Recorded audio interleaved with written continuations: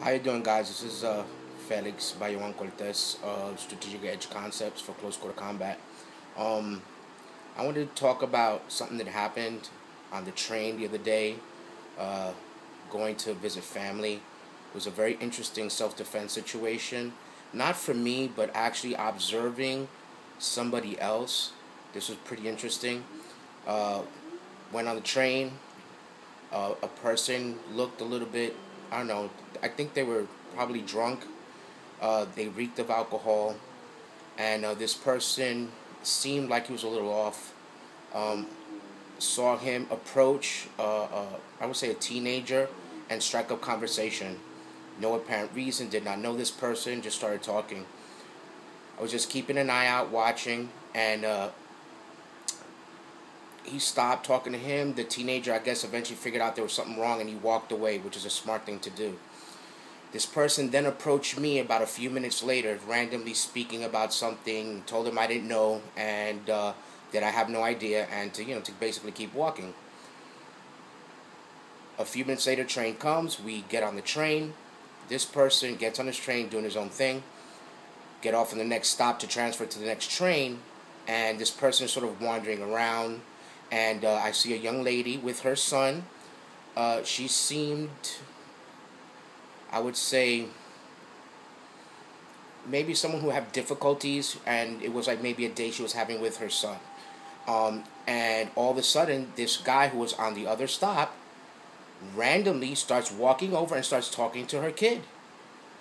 Doesn't know who they are, obviously, because they're looking at shocked. And he approaches literally talking to the child. Didn't even acknowledge the parent at all. So obviously there's something wrong with this guy. There's something you do not do. This type of etiquette, street etiquette, or any type of etiquette anywhere. The mother seemed completely shocked by the situation, and she kind of froze. I happened to be there in front of them over to the side, and I just mouthed to her, "I'm watching." So making sure nothing happened. She seemed a little bit more calm, but she continued the conversation. Now, I don't think it's my place to go inside and say, "Hey, what are you doing? Do you know these people?" Because I didn't see any type of threatening move yet. But the fact that he was approaching somebody, talking to somebody he didn't know, and then literally trying to make eye contact with the child first and not even acknowledging the parent. Very bizarre behavior. After this happened for a few minutes, it seemed to calm down. He walked away, and the child obviously looked uncomfortable, and he moved. The mother didn't move him, he moved. The mother should have just walked away with her child, went somewhere else, if she didn't feel of confronting this gentleman and being assertive with her voice or her opinion about what's going on. Stayed there, he walked away. We get on the other train, comes back on. It seems that other people were also leery and checking him out because he seemed to be a little bit off too. Everybody people was noticing that. Get on the train again.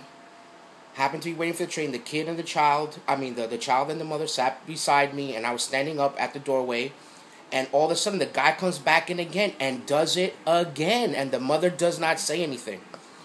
I'm right next to the child, so I'm just waiting to see what's going on. If there was some type of movement that was happening, then obviously I would have done something about it. But I'm also checking out the mother, and her posture is like in fear. She did not know what was going on. My personal view is that it seemed that maybe this is a situation in which she just sort of sunk in. Maybe she had some type of past experiences and she sort of shrunk instead of rising up to the occasion and protecting her child. It was something that was shocking to me, and something that I think mothers or parents in general, if somebody approaches you on your train and starts talking to your kid first, that is a huge no-no. You don't know this person. Who are they? What's going on? You should assert yourself. Stand up for your child. Stand up for yourself. Eventually, he moved away, sat down, and thankfully, they got out on the same station I was going in, and I made sure that I put my body between them and this other person, and the other person happened to stay on the train.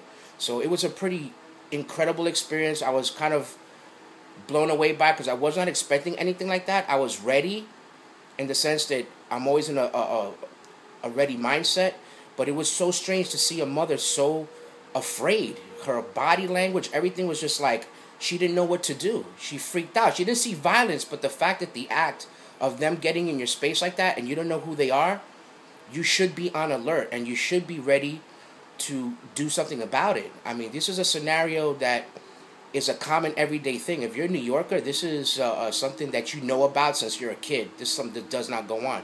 So it's very strange to me to see how she was so compliant to what was going on and didn't stand up for herself or her child, which is even more important. And the sad part is that the child knew that there was something wrong and he had to make the move first. So I just want to talk about this. It's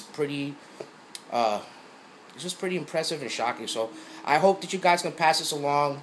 Fight for yourself. That situation in Seattle was pretty incredible. Poor man is on the train, people around him, and he had to fight the gunman off by himself. And people just literally sat there and watched this guy be attacked. So this is a little vlog for Strategic Edge Concepts. And, take it as you please. Pass it on if you want to, right? Take care. Have a good one. Peace.